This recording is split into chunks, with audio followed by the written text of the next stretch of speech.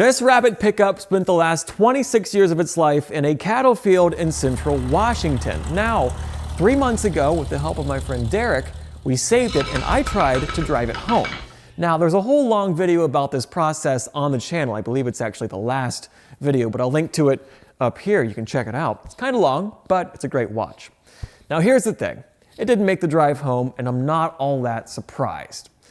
But the original plan was to get it back to my shop and blow it back apart because this truck had a 1.6 diesel and a 5-speed manual transmission, none of which is terribly exciting.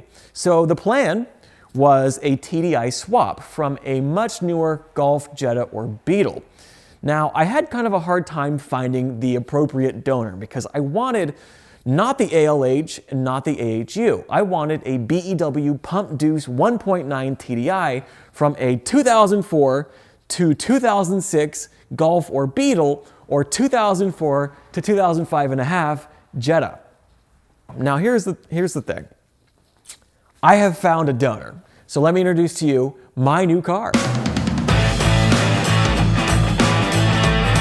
I'm on the way to Detroit, Michigan to pick up a 2006 Volkswagen Beetle TDI with a 5-speed for my yellow Rabbit pickup. I am happy to be back. Now I guess we get to see if this thing will start and run and get it off the trailer. I'm excited and nervous because I don't know anything about this car.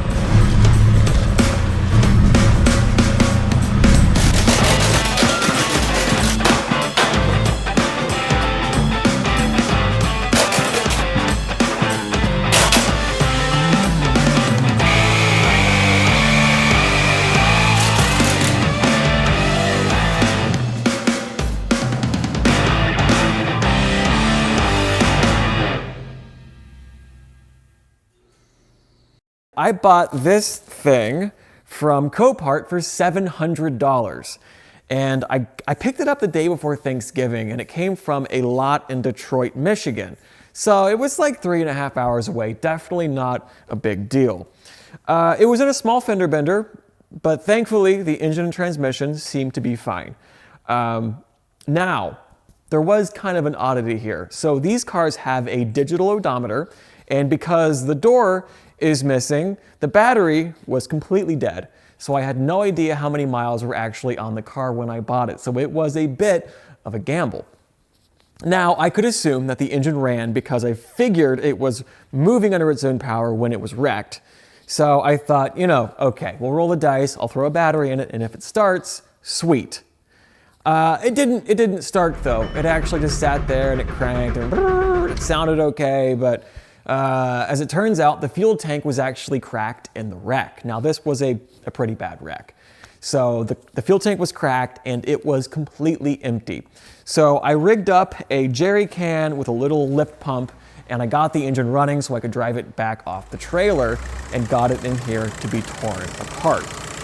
And that was, yeah, so a few days later I had it completely torn apart, the engine's out, and I've spent some time cleaning up the engine because it was so greasy. Oh my God, I think every seal on that thing leaks. Either way, as with any donor car for a project like this, I want to get as much money back from this jalopy as possible. So I've been selling bits and pieces off of it, like the entire front end, so bumper, fenders, hood, core support, radiator, AC condenser. But the trouble is, I am keeping all of the parts that people actually want, and everything else from, well, the windshield back is junk.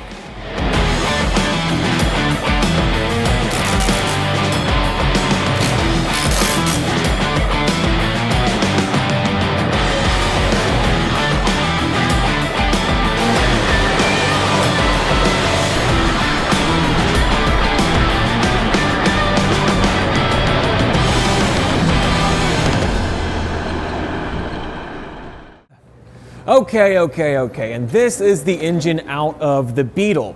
Now this is a BEW code 1.9 TDI, and this engine is a huge upgrade from the original 1.6 that came out of this truck. Obviously it's turbocharged, bigger displacement, and it's electronically managed, which is great news because with a tune and a turbo, this engine will make 5 times the power that the original 1.6 did.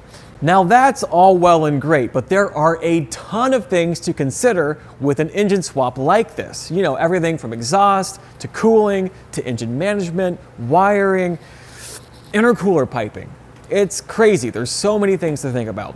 Now, there are companies that make this swap really, really easy. Companies like Eurowise, Tectonics Tuning, and S&P Automotive.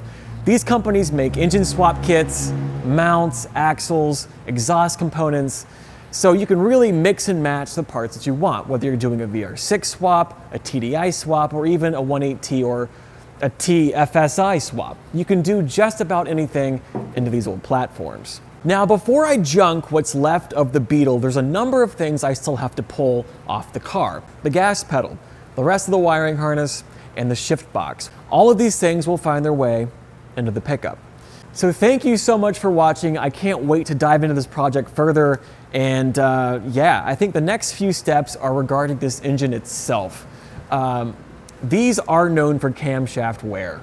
And this engine having 198,000 miles on it, we're gonna pull the valve cover off because I'm not sure of the state of the camshaft. So we're gonna pull it off, take a look at it, and decide if this thing needs a new camshaft. And I bet that it does. All right, thank you so much for watching. Have an awesome day, and we will see you in the next one.